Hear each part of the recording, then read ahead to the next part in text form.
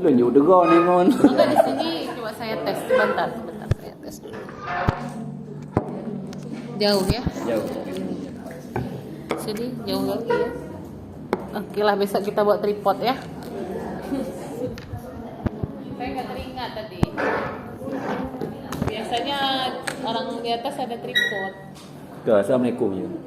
Oke, baik. Assalamualaikum warahmatullahi wabarakatuh. Waalaikumsalam. Yang saya hormati Ibu selaku dosen pada hari ini, selanjutnya yang saya hormati teman-teman sekalian yang saat ini sedang berjuang bersama-sama kuliah di PJ. Semoga kesehatan mentalnya tetap terjaga dan semoga tetap baik-baik saja. Baik, langsung saja kami dari kelompok 1 ingin menyampaikan ataupun mempresentasikan proyek kepemimpinan kami yang rencananya akan kami laksanakan di suatu tempat. Jadi sebelum kami menjelaskan lebih lanjut, mungkin kami ingin mencoba teman-teman semuanya membayangkan bagaimana kondisi dan situasi pada saat tahun 2004 terjadinya bencana tsunami. Kita semua pada saat tersebut kita sangat minim pengetahuan kita tentang yang namanya tsunami. Kita bahkan pada saat gempa kita nggak tahu gempa itu seperti apa waktu dulu.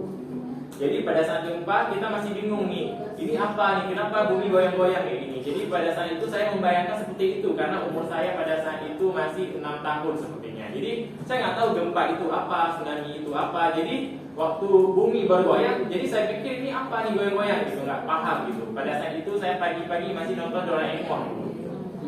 Jadi setelah terjadinya gempa, kan air laut tuh surut. Jadi masyarakat nggak tahu kalau air laut surut merupakan bagian daripada ancaman kepada masyarakat. Nah, karena masyarakat kita minim akan bapak-bapak, ibu-ibu, mohon perhatian sebentar. Boleh? Boleh. Ini bapak ibunya udah mencoba merefleksi zaman waktu tsunami ya. Jadi setelah air laut surut, karena minimnya informasi yang kita dapatkan, maka terjadilah yang namanya bencana korban jiwa yang sangat banyak. Bahkan ribuan orang meninggal pada saat itu. Karena kenapa? Karena satu, yaitu karena kurangnya pemahaman terkait dengan yang namanya tsunami.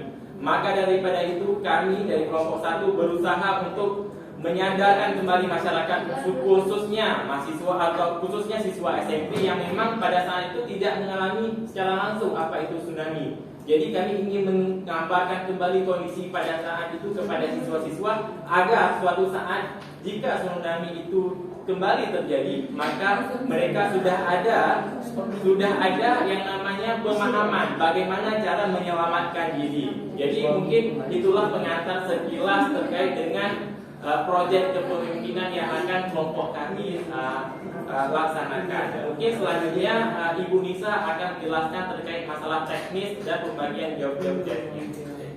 Silakan Ibu Nisa. Mungkin untuk teknis pelaksanaannya sudah dijelaskan pada minggu yang lalu. Selanjutnya untuk job desk per orangnya. Pertama dari Muhammad Sauki sendiri itu sebagai ketua panitia pada proyek yang akan dilaksanakan nanti. Kemudian ada DM Fadil, Bang Fadil sendiri sebagai korlap lapangan. Nah, korlap lapangan itu orang yang akan mengkoordinasi lapangan ketika kegiatan nanti berlangsung. Nah, selanjutnya ada Kak Ninis Ariska ini sebagai bendahara, Nisa sebagai humas. Humas ialah orang yang mengkomunikasikan kerjasama dengan pihak-pihak terkait. Selanjutnya ada Zakira itu sebagai pubdoc dan Yeni sebagai sekretaris. Mungkin untuk job desk-nya seperti itu. Nah, untuk progres pelaksanaan yang sudah kami lakukan sekarang, kami sudah mencoba mengkomunikasikan dengan pihak kolaborasi, contoh kepada SMP SPKWU. Juga kami sudah memberi kabar burung gitu Bu, kalau kami ingin membuat kegiatan di situ. Cuman kan kita perlu formalitas seperti surat. Nah, untuk dengan teknik geologi juga udah, pasca sarjana juga udah, pasca sarjana kebencanaan juga udah, dan di DMRC juga udah, cuman mereka juga minta surat secara resmi dari kita untuk membuat kegiatan. Nah, selanjutnya untuk anggaran dananya sebenarnya yang bersihnya itu untuk kegiatan itu 1 juta Bu, karena kebetulan dengan pihak kerjasama itu tidak ada budget gitu. Cuman dari kitanya aja nanti lagi kasih kayak uang minum atau gimana gitu. untuk mereka. Nah, paling untuk budgetnya itu untuk konsumsi, cetak alat refleksi untuk mitigasi bencana sama budget materi lah. Nah, yang sejutanya lagi rencana kami akan bawa anak-anak di situ untuk field trip ke museum tsunami gitu. Jadi ingin mencoba lebih membayangkan lebih Supaya anak-anak itu lebih bisa membayangkan keadaan. Kan anak SMP sendiri seperti dijelaskan sama Sofi tadi, mereka belum pas tsunami kan belum merasakan secara langsung ya. Jadi kami untuk kalau budgetnya mencukupi, insya Allah kami akan bawa anak-anak tersebut ke museum tsunami. Mungkin sekian dulu dari kami. Ini ada kawan-kawan yang ingin bertanya dan menanggapi. Ya, silakan dulu kelompok lain. Mohon berikan masukan ya terkait dengan judul proyeknya. Apakah kira-kira menurut teman-teman kalau dipasarkan seperti ini judulnya menarik nggak gitu? Jadi setiap kelompok mewakili kelompok masing-masing menyampaikan yang pertama apresiasi, kemudian baru konstruknya, ya. Jangan langsung dibantai ya. Maksudnya jangan langsung pakai konstruk, apresiasi dulu. Silakan dari kelompok 2 dulu. Sedikit menambahkan, mungkin kalau untuk museum tsunami setelah itu mungkin ke PLTD aku. Nah di PLTD aku tuh di dalamnya itu kan banyak ya cerita-cerita tentang tsunami dan bagaimana gitu. Mungkin 2 itulah, museum tsunami sama PLTD aku. Oke, kelompok 2 silakan. Kelompok 2 dulu ya. Silakan kelompok 2, nanti baru kelompok 3, 4 dan 5. Nama ya, jangan lupa namanya.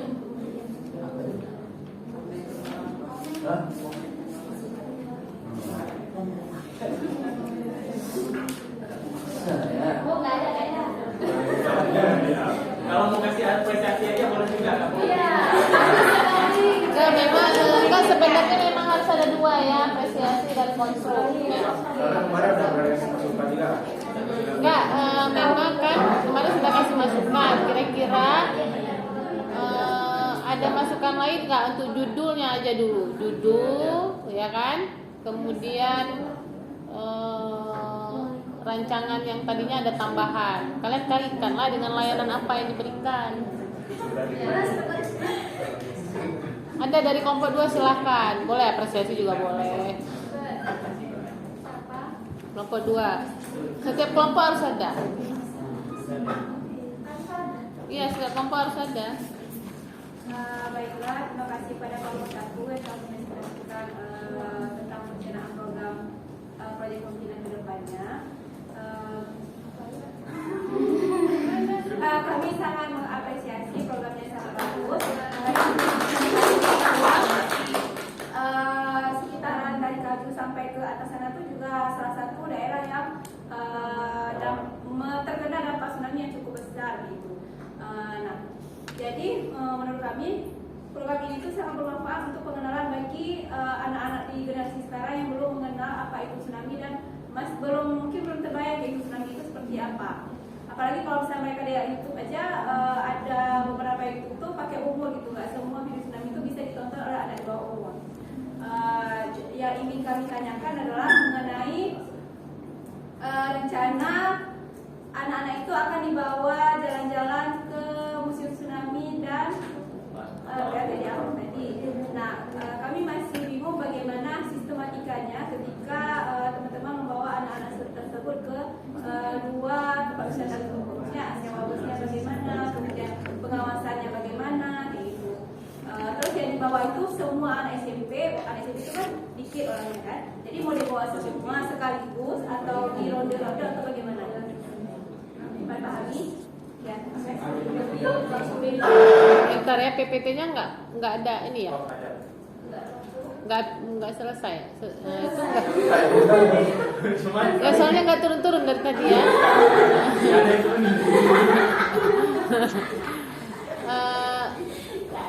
Harap ya nggak apa-apa, nanti kita. Ya tadi kok nggak turun-turun.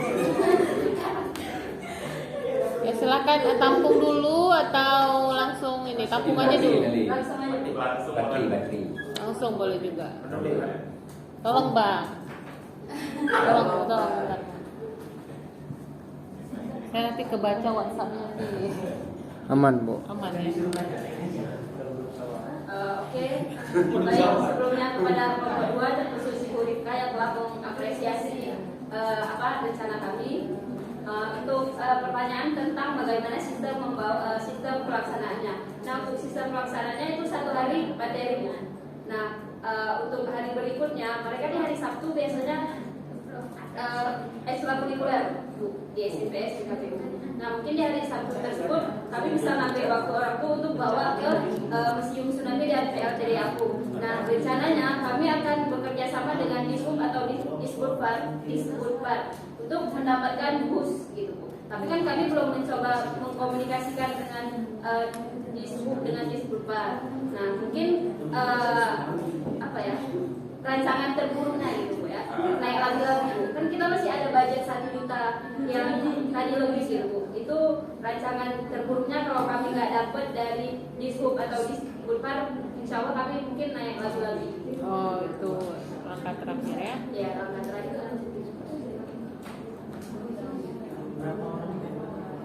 Oke. Gimana kelompok 2? Gimana Bu Rifka? Ada tanggapan lain? Berarti Rifka kerja mundur lagi lagi. Lebih bagus tampung aja dulu, nanti sekalian direspon ya. 3, 4, 5 silahkan tampung aja dulu. Kelompok 3 silahkan.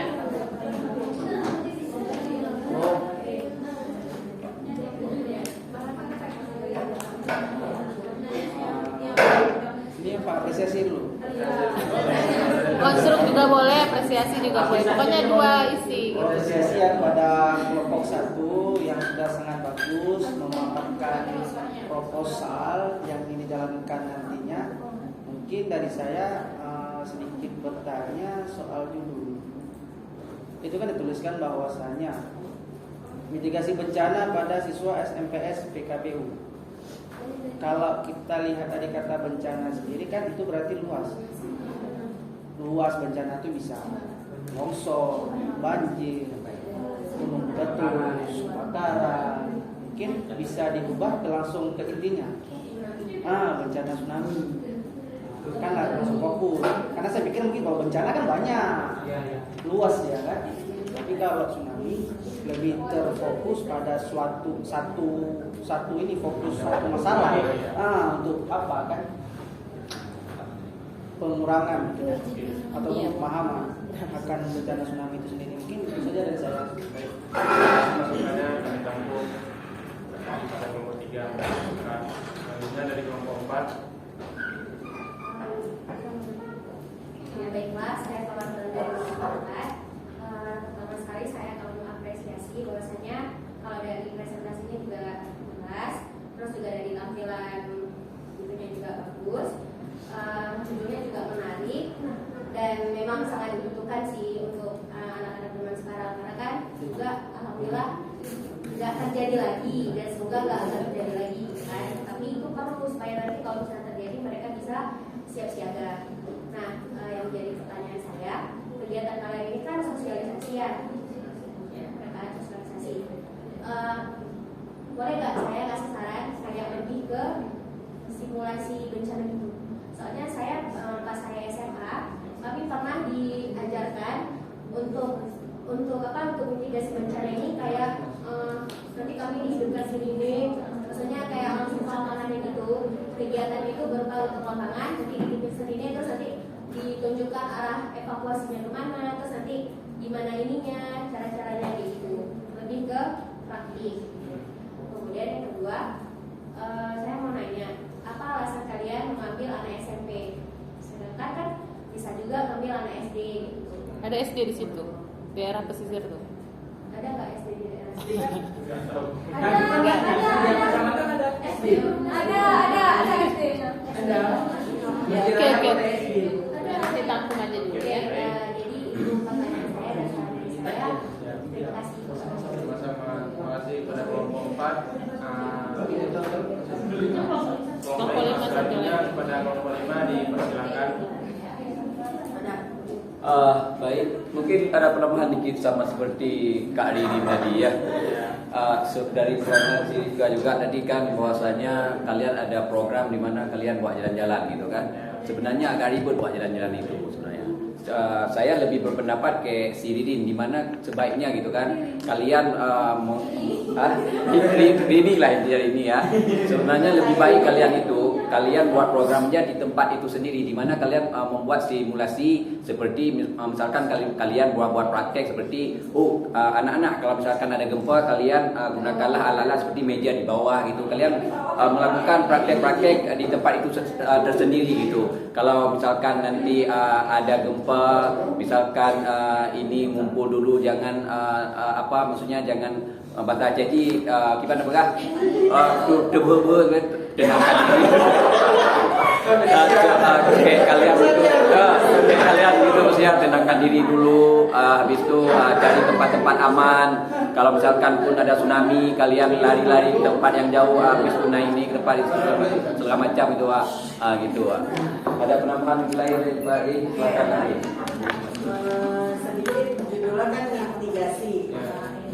Mitigasi itu beda nggak sih sama tanggap darurat bencana? Atau sama? Terima kasih. Kelompok 5 ya. Oke, silakan ditanggapi, apresiasi juga, kemudian baru konstruksi. Baik, terima kasih kepada kelompok-kelompok yang telah memberikan masukan kepada kelompok kami. Pertama kami ingin menanggapi dari kelompok 3 terlebih dahulu. Sebelumnya kami sangat mengapresiasi dan sepakat dengan kelompok 3 bahwa memang bencana terlalu luas kalau ditaruh dengan judul ini, karena bencana kan tidak hanya tsunami tapi longsor, banjir juga merupakan bagian daripada bencana. Namun karena satu dan lain hal kami pikir kalau kita taruh bencana di sini mungkin karena kita orang Aceh, jadi terbaik kalau bencana itu tsunami, karena yang pernah terjadi pada kita pada umumnya itu tsunami. Sedangkan kalau bencana yang longsor lain-lainnya mungkin sebagian daripada kita nggak pernah mengalaminya. Jadi kalau kita bilang kita sedang mengalami yang namanya bencana, jadi langsung terpikir di kepala kita itu tsunami. Tapi hal tersebut juga merupakan sebuah halangan karena ini kan judul besar yaitu mitigasi bencana. Di dalam judul besar kan ada topik. Jadi topik khusus kami yaitu tsunami. Cuman kalau saran dari kelompok 3 juga akan kami pertimbangkan kembali apakah ini akan mengubah judul atau bagaimana. Dan terima kasih juga kepada kelompok 3 sudah memberikan saran kepada kami. Jadi selanjutnya ada saran dari kelompok 4, yaitu terkait dengan kenapa harus dipilih anak SMP, kenapa nggak anak SMA, kenapa nggak anak SD gitu. Oh ya, baik. Saya perluas lagi, saya memperluas lagi pemahaman, karena kan kalau kita bilang siswa-siswa itu kan luas, ada anak TK, anak SD, anak SMP, anak SMA. Kenapa kami pilih SMP? Karena kami berpikir bahwa kalau anak SMP itu lebih cocok kalau kita melaksanakan sosialisasi ini gitu. Kenapa? Karena dari tingkat segi pemahamannya ataupun tingkat segi daya serap materi yang akan disampaikan lebih efektif. Sedangkan kalau kita lakukan kepada anak SD, maka mungkin kalau kita berikan materi akan susah diingat oleh anak SD. Tapi kalau anak SMP kemungkinan besar akan lebih diingat. Nah, selanjutnya ada juga tanggapan kenapa kami harus membawa siswa jalan-jalan. Kenapa nggak dilaksanakan di lokasi tersebut terus dipraktekkan langsung di sana. Nah, sebagai seorang guru BK kita paham bahwa saat ini kondisi peserta didik kan nggak semuanya mentalnya sehat. Jadi kami juga ingin melaksanakan refreshing pada peserta didik agar kesehatan mentalnya juga terjaga. Jadi dengan kami ajak jalan-jalan peserta didik itu kan nggak hanya belajar tentang tsunami tapi juga belajar sambil bermain, sambil refreshing. Jadi seperti itulah kira-kira tanggapan dari kami. Mungkin anggota kelompok lain akan menambahkan.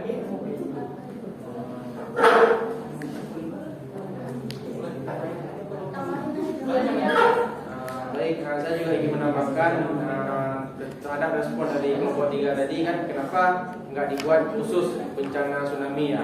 Karena balik lagi seperti yang dikatakan ketua panitia tadi, fokus kami memang gimana ya, kalau di daerah pesisir sana kan kita belum pernah lihat banjir, belum pernah lihat longsor, karena memang judul umumnya kan pasti nanti ada judul khususnya lagi. Nah, saat dibilang bencana yang terbayang di daerah pesisir kan memang tsunami ya. Nah, mungkin nanti untuk penambahan sarannya akan kami diskusikan lagi ya lebih lanjut.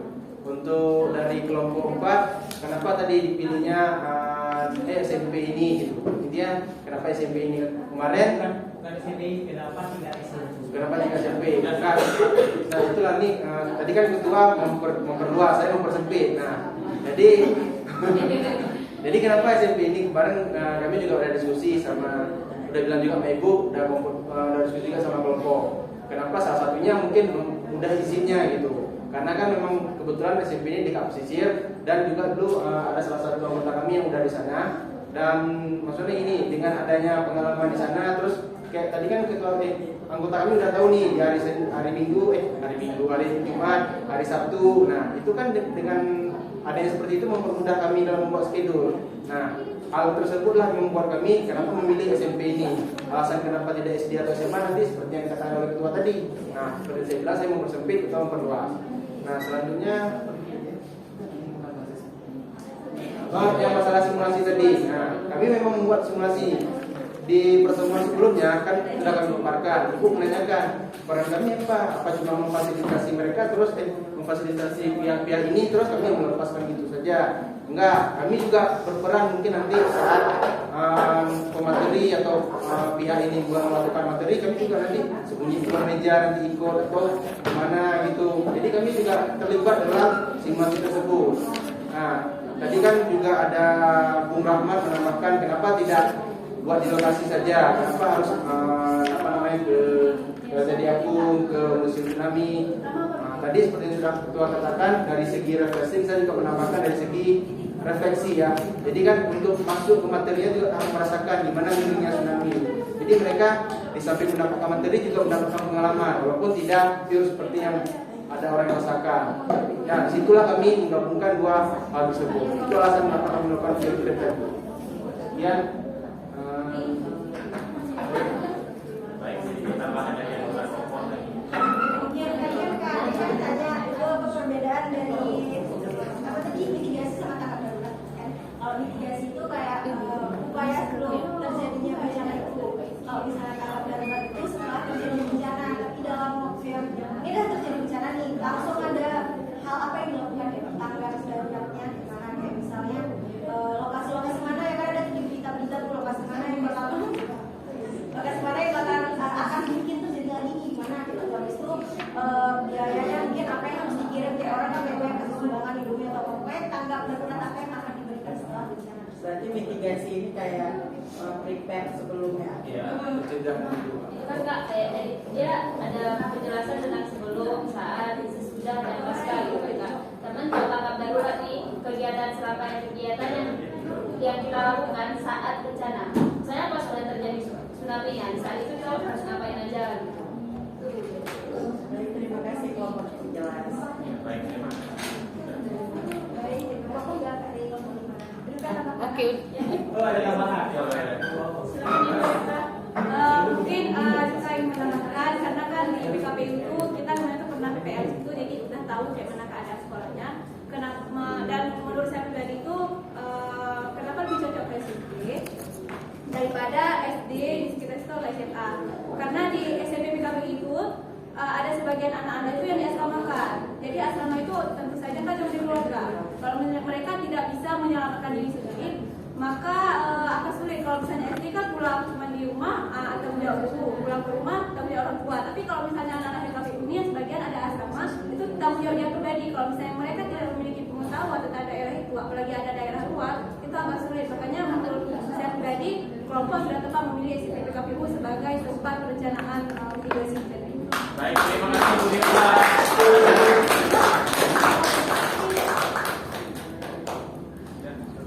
Ibu kami tutup boleh? Oke, silakan, boleh tutup. Tutup ya, boleh saran. Sepertinya kita nih akan berakhir di satu proyek dulu. Saya udah ditunggu sama dosen muda ini ya. Kan jam 12 kita. Jam berapa kita selesai?